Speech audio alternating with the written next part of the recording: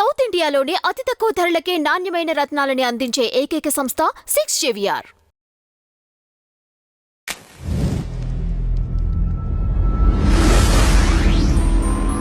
నమస్తే అండి, welcome to our channel. మనతో సినీ అనలిస్ట్ రాహుల్ గారు ఉన్నారు. నమస్తే సార్. నమస్తే.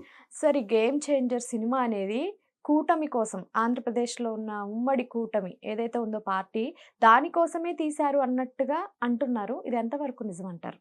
సరే, ఎవరైతే అంటున్నారో వాళ్ళందరికీ దాన్ని ఏమంటారంటే అప్రిసియేషన్ తెలియజేస్తున్నాను, అభినందన. ఎందుకంటే తీసారే అనుకున్నామండి. ఏం తీస్తే ఏ జనాలకు తెలియదు చూపించాం మేము.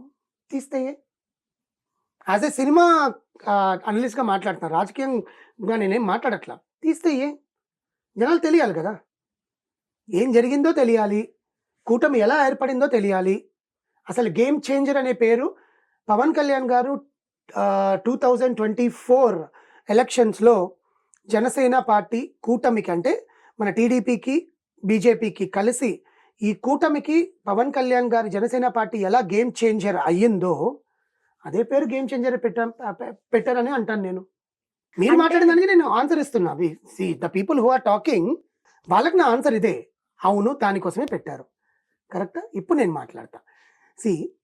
సినిమా అనేది ఏంటండి, ఒక మనం ఊహించుకొని రెండు ఉంటాయి దాంట్లో. రియలిస్టిక్ ఉంటుంది, లైక్ ఫ్యాంటసీ ఉంటుంది. రియలిస్టిక్లో ఏం చూపించాలి? రియల్గా జరిగేవిగా చూపిస్తాం. మనం ఎందుకు రియలిస్టిక్గా జరిగిన మర్డర్ స్టోరీస్ అన్నీ చూస్తాం? Goodachari, HIT 1, HIT 2, HIT 3, based on a true story అని పెడతారుగా. Based on a true story అని పెడతారు కదా, మరి ఎందుకు చూస్తున్నాం అయ్యి? ఇది కూడా based on a true story అని పెట్టలేదు వీళ్ళు, అంతే తేడా. కానీ రాజకీయ పరంగా, ఆంధ్ర రాష్ట్రంలో, ఏపీ ఆంధ్రప్రదేశ్లో కానీ ఒక రాజకీయ రంగంలో జరిగే తప్పులని ప్రజలు ఇంకా గుడ్డిగా నమ్ముతున్న వాళ్ళని కళ్ళు తెరిపించడానికి తీశారేమో అని ఎందుకు అనుకోరు అనేది నా క్వశ్చన్. బియ్యం కల్తీ అనే ఒక సీన్ ఉంటుంది దీంట్లో. దానివల్ల ఎంతమంది ప్రాణాలు పోయాయి? ఎందుకు మీరు న్యాచురల్గా ఆలోచించట్లేదు?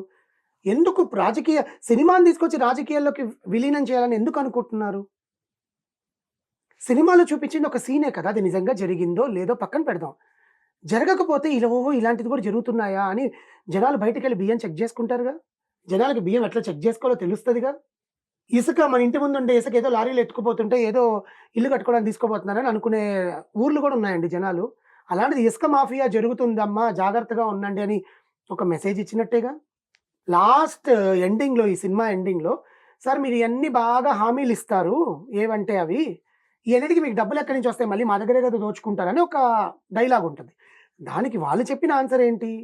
ఏ గవర్నమెంట్ అయితే ఎవరి దగ్గర దోపిడీ చేయకుండా, అన్యాయంగా చేయకుండా వర్క్ చేస్తుందో అది ఖచ్చితంగా మనకు కావాల్సింది మనకు వస్తుంది అని చెప్పిన ఒక మెసేజ్. అది ఇప్పటి రాజకీయంలో పార్టీలో ఉన్న వాళ్ళు కానీ, ఇక్కడ ఏ రాష్ట్రంలో అయినా కూడా, it's a pan India movie, అది తెలుసుకొని దాన్ని అమల్లో పెడితే ప్రజలకు ఉపయోగపడుతుంది. అంతేకాని ఇది కూటమి వాళ్ళ కోసమేనా, లేకపోతే ఇది వైఎస్ఆర్సీపీ వాళ్ళని కించపరచడానికి తీశారా, వాళ్ళ మనుషుల్ని తీసుకొచ్చి ఇక్కడ పెట్టారా, వాళ్ళు చేసిన తప్పులు ఎత్తి చూపించారా అంటే, మీ వరకు వాళ్ళ చేసిన అదే YSRCP so called people who are talking, ఇది వాళ్ళ కోసమే తీశారు అంటే, ఇప్పుడు రేపొద్దున్న రోజున ఇంకో 2 సినిమాలు రాయిపోతున్నాయి, దాంట్లో ఇంకేముంటాయి? వాళ్ళ కోసమేనా?